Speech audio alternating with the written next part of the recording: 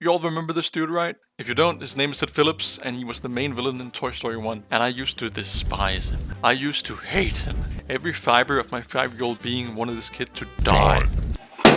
Why? He would torment toys, mess with Woody and Buzz, and irritate his little sister. And though as an older brother myself, I find the last part somewhat amusing. I did nothing but pray for this kid's downfall every single day. But then, many years later, I watched Toy Story 1 again, and now in my 20s, I realized something. If I could say one thing to Sid now, it'd be, I'm sorry. Because at first glance, Sid Phillips may appear as a one-dimensional villain, but beneath the surface of his toy-terrorizing exterior lies a troubled young boy with genuine intellect and ingenuity. Now don't get me wrong, this isn't some wild fan theory like Sid Phillips, what a troubled young man, a kid who tortured toys, but he definitely is dead. But after a recent rewatch, I started picking up on some subtleties that are implied rather than directly stated. When we first meet Sid, Woody and Buzz are lost and trying to find their way back home, and Sid immediately comes across as unruly and chaotic. And as a pretty chill kid myself, I mean, this didn't sit well with me. Especially the let's go home and play part had me furious for no particular reason. And I'm not saying Sid is guilty of war crimes here or anything like that, but let's just say his actions towards the toys wouldn't look too good in a Toy Story court of law. Ready, set, now! Sid is by no means kind to his toys, but why should he be?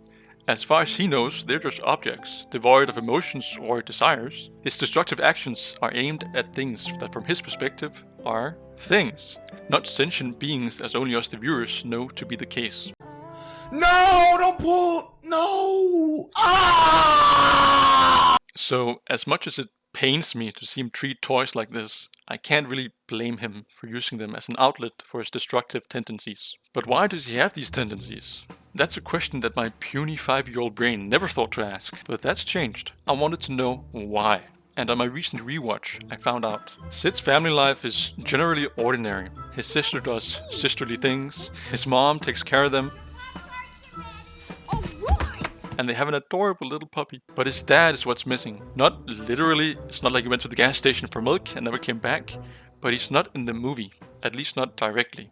In a single scene, midway through the movie, Buzz and Woody are being chased by Sid's dog. As they split up to escape, Woody finds a closet, while Buzz stumbles upon something more. As Sid's dog slowly moves into the room where Buzz has escaped to, it looks up to find a figure snoring in a reclined chair. Who this figure is, we simply do not know, but we can only assume that it's either Sid's older brother or, more likely, Sid's dad. As the dog spots the figure, it recedes out the room and gives up its chase, something that is very uncharacteristic of the dog. This dog has chased the toys for miles, even caused an accident tracking them down on a busy road. This dog is an absolute menace, unfazed by anything. But this figure makes him give up his chase. The room itself is dark, the blinds are down, and so the sun doesn't enter the room. The only source of light is a TV. Books are lying everywhere, stacked in an unorganized manner. Cans of soda and beer stand beside the chair, and a trash can is overflowing with trash.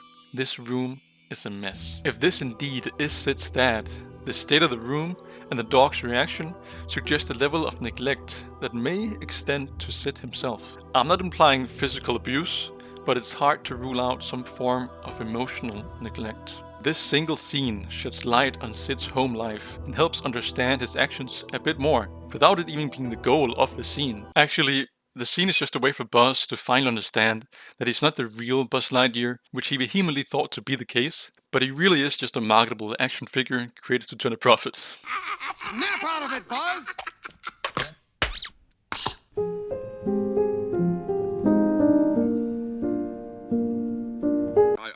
I'm sorry.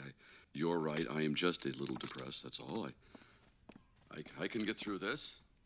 Oh, I'm a sham! I don't want to get too real, but let's not shy away from harsh realities. Bullies, like the role Sid plays for Woody and the toys, often come from troubled backgrounds. It's hard not to draw the same conclusion for Sid. His destructive tendencies, while distressing, are directed at what he perceives as mere objects, incapable of feeling the pain he inflicts. In a twisted sense, Sid's choice of outlet, whether conscious or not, does reveal a certain thoughtfulness. Unpacking this further, during my rewatch of Toy Story, I began to see Sid in a new light. He was no longer the one-dimensional, nefarious villain of my childhood, but a complex character with an underlying rationale for his actions. What particularly stood out to me were his positive attributes, notably his remarkable inventiveness, the way he repurposes toys into unique, albeit intimidating creations, exhibits an undeniable level of ingenuity. One can't help but wonder, if Sid's energy and inventiveness were nurtured in a more supportive environment, how could they be channeled into constructive,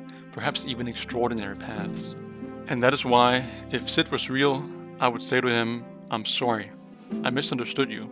And to you, dear viewers, I hope this lesson that I've learned illustrates that things and people aren't always as one-dimensional as they may at first seem.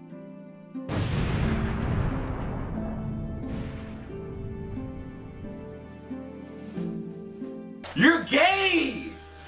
He's gay! I'm not gay.